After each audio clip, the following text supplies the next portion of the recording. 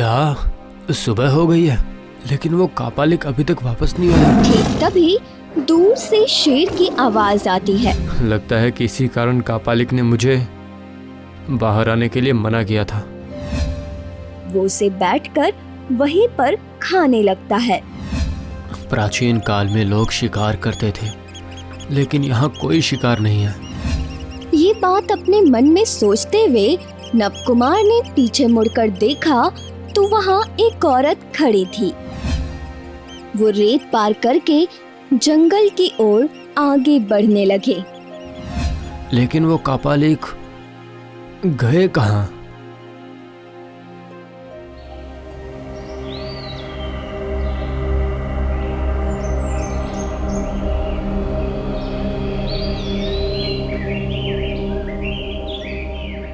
जिस औरत को मैंने देखा था वो क्या कोई मानवी या कोई देवी या उस कापालिक की माया, पता नहीं कौन थी जो मुझे यहाँ पे ले आई।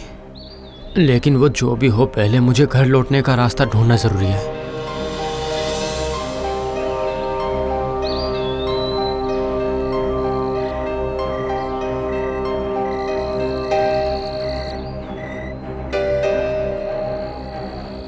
नवकुमार ने दरवाजा बंद करके रखा था।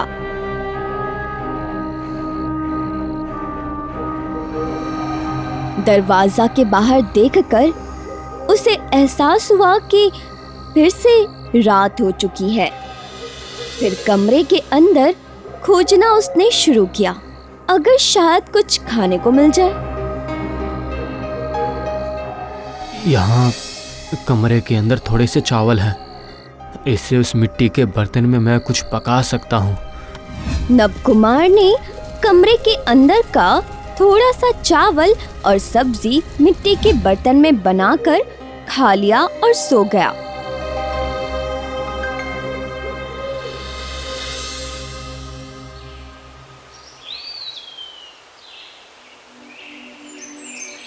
जब वो सोकर उठा तब तक पिछली रात की बातें उसे कुछ भी याद नहीं था, तो वो सोचने लग गया।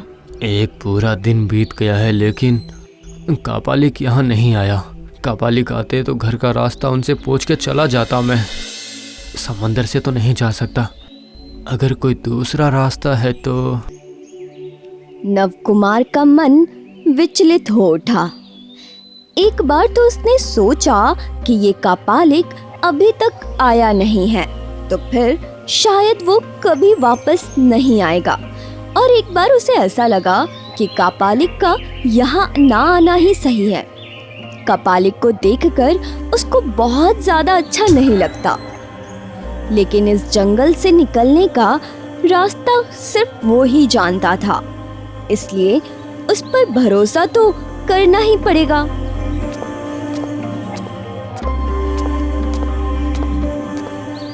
आज इस रास्ते से समंदर किनारे जाने में देर नहीं होगी।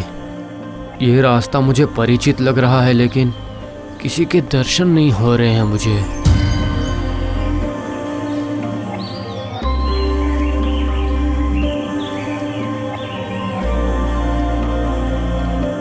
नवकुमार किसी तरह उस रास्ते से चलकर फिर से समुद्र के तट पर पहुंच जाता है।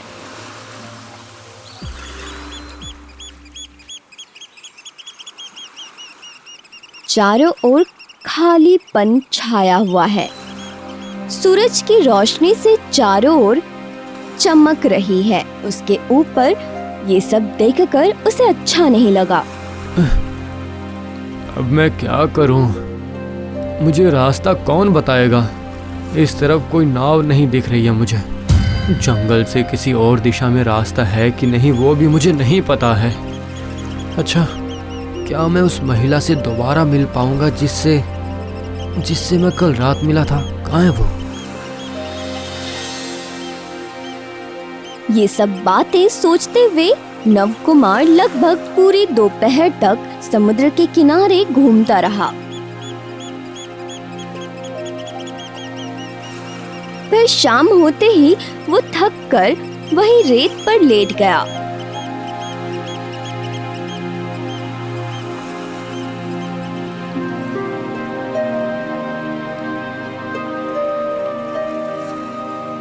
कौन आया है?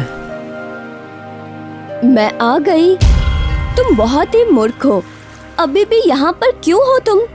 तुमको समझ में नहीं आ रहा? समझ नहीं आता कि तुम्हारे साथ क्या होने वाला है? ये बात सुनकर नवकुमार ने तुरंत पीछे मुड़कर देखा तो देखा कि वही पिछले दिन वाली औरत खड़ी है। उसके खुले बाल, पहने वे वही कपड़े। ऐसी खूबसूरती नवकुमार ने पहले कभी नहीं देखी थी। वो खो गया। तुम कल रात को कहाँ चली गई थी? मैंने तुम्हें कितना ढूंढा। अभी ये सब बातें करने का समय नहीं है। तुम्हें जो बोल रही हूँ वो सुनो। तुम अब यहाँ और मत रहो। चले जाओ यहाँ से। जितनी जल्दी हो सके चले जाओ, भाग जाओ। लेकिन मैं कहाँ जाऊँगा यहाँ से? निकलने का कोई रास्ता मुझे नजर ही नहीं आ रहा है। समंदर के अलावा कोई भी रास्ता नहीं है जिससे मैं जा सकता हूँ। तुम जैसे दिखाई देती हो वैसे गायब हो जाती हो। मुझे तुमने कोई रास्ता भी नहीं बताया अभी तक। कहाँ गई तुम? सुना तुमने? कहाँ हो तुम? नवकुमार को वो औरत अब कहीं दिखाई नहीं दी। ऐसा लगा जैसे थोड़ी दूर पर समुद्र तट के किनारे कोई चल रहा है।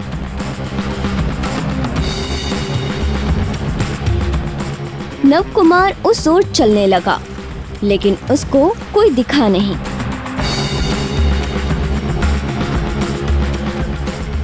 सूरज डूबने लगा है। वो औरत कहीं और चली गई है। अब मैं क्या करूं? फिर से उस कमरे में जाके रहना पड़ेगा। रात को उस घर में जाने से कम कुछ चीज़ों से तो बच ही सकता हूं मैं।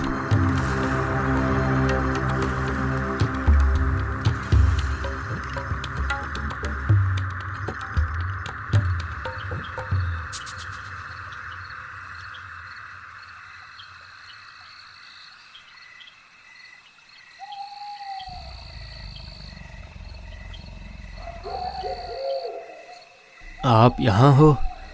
मैं आपका कब से इंतज़ार कर रहा था। कल रात भी आप नहीं आए। घर जाने का रास्ता बता दीजिए। यहाँ मैं कितने दिन रहूँगा? मैं यहाँ पे सिर्फ तुम्हारा ही इंतज़ार कर रहा था। तेरे घर जाने का मार्ग मैं तुम्हें बताऊँगा। अब तू चल मेरे साथ। अब कहाँ जाना है? कापालिक ने अजीब नजरों से नवकुमार की ओर देखा। उस कापालिक की वो अजीब उपस्थिति और उसकी अजीब नजर नवकुमार का मन दहला रहा था। वो अंदर ही अंदर बहुत डर रहा था। जो कुछ भी कह रहा हूँ चुपचाप तुम वही करो। तुम्हें यहाँ से घर लौटना है कि नहीं? ठीक है, मैं जाऊँगा। मैं आपके साथ जाऊँगा।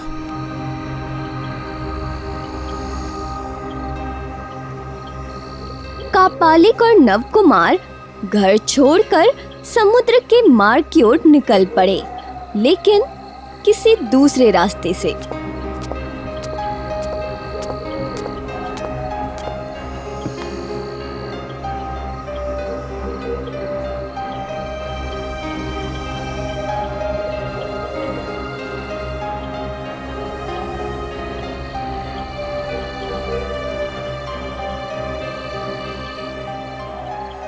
लेकिन हम कहाँ जा रहे हैं? इस तरफ तो घना जंगल लग रहा है मुझे। कापालिक बिना कुछ कहे पहले की तरह चलते रहे और नवकुमार उसके पीछे पीछे चलता रहा। ठीक तभी उसके पीछे से किसी की जानी पहचानी आवाज आई। सुनो, उस तरफ मत जाओ, रुको। तुम यहाँ हो? अब तक कहाँ पे थी तुम? नवकुमार वहीं पर रुक गया। उधर कापालिक चलते चलते आगे बढ़ गया। उस कापालिक के पीछे मत जाओ। तुम अभी भी समझ नहीं पा रहे हो? वो कापालिक नरभक्षी है। वो तुम्हें बिल्कुल नहीं छोड़ने वाला। मुझे भी भरोसा नहीं हुआ था उस पे, लेकिन अब मैं क्या करूँगा? इस अंधेरे में मैं कहाँ जाऊँगा? तुम भी मुझे। कदमों की आहट सुनकर नवकुमार ने सामने देखा तो कापालिक वहां लौट आया था। कापाल कुंडला इसी में कहीं पे गायब हो गई। कापालिक ने गंभीर स्वर में नवकुमार से कहा, तुम यहाँ ऐसे क्यों खड़े हो? आजा मेरे साथ, पूजा को देर हो रही है। आप मुझे कहाँ लेके जा रहे हैं? कहाँ जा रहे हैं आप मुझे लेकर? मैं नहीं जाऊँगा आपके साथ। मेरे साथ चल, मैं तेरे घर लौटने का इंतजाम मैं खुद अपने हाथों से करूँगा। नवकुमार चलने लगा। कापालिक के पीछे पीछे जाने के अलावा उसके पास और कोई रास्ता नहीं था। वो औरत कभी आती तो कभी कभी चली जाती। उस पर वो कैसे भरोसा करेगा? वो थोड़ा और आगे गया, तभी उसी समय किसी ने उसके कान में कहा, चले जाओ, यहाँ से चले जाओ। कपाल कुंडला, खबरदार। इतना कहकर कापालिक ने आगे बढ़कर नवकुमार का हाथ पकड़ लिया। नवकुमार अपना हाथ छुड़ाने की कोशिश करता है। तब उसे समझ आता है कि कापालिक की शक्ति 1000 शक्तियों के बराबर है। कापालिक उसे खींचते खींचते जंगल से होते हुए समुद्र की ओर ले जाता है। इसीलिए ये कापालिक मुझे यहाँ लेके आया। वो औरत सब कुछ सच कह रही थी, लेकिन मैं ही कुछ समझ नहीं पाया। नवकुमार को फिर से अपने घर की याद आने लगी। उसके माँ बाप, उसका घर, सब कुछ वो अपनी आंखों के सामने देख पा रहा था। उसके हाथ और पैर कसकर बंधे हुए थे। उसे ऐसा लग रहा था वो बंधन उसके शरीर में घुस रहा है। पूजा खत्म हो गई है। तेरा जैसा एक तुच्छ इंसान मेरी माँ के भोग के लिए चाहिए। तेरे शरीर का खून और मांस का एक एक टुकड़ा मेरी माँ को समर्पित होगा। ये तो तेरा भाग्य है, और तू है कि यहाँ से भागना चाहता है। ये क्या? मेरी तलवार आखिर कहाँ चली गई? सारा काम खत्म करने के बाद बलि के समय कापालिक को तलवार कहीं नहीं मिलती। तलवार ढूंढने के लिए वो समुद्र तट छोड़कर घर की तरफ जाना शुरू करता है। मैं घर नहीं लौट पाऊंगा। मेरे बाबा माँ कभी मुझे देख नहीं पाएंगे। मैंने यहाँ आकर बहुत बड़ी गलती की।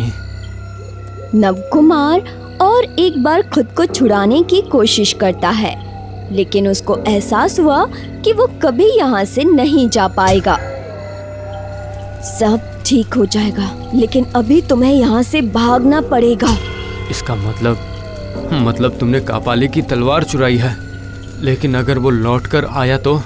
उसके आने से पहले हमें यहाँ से भागना होगा। तुम मेरे साथ चलो, यहाँ और मत रुको।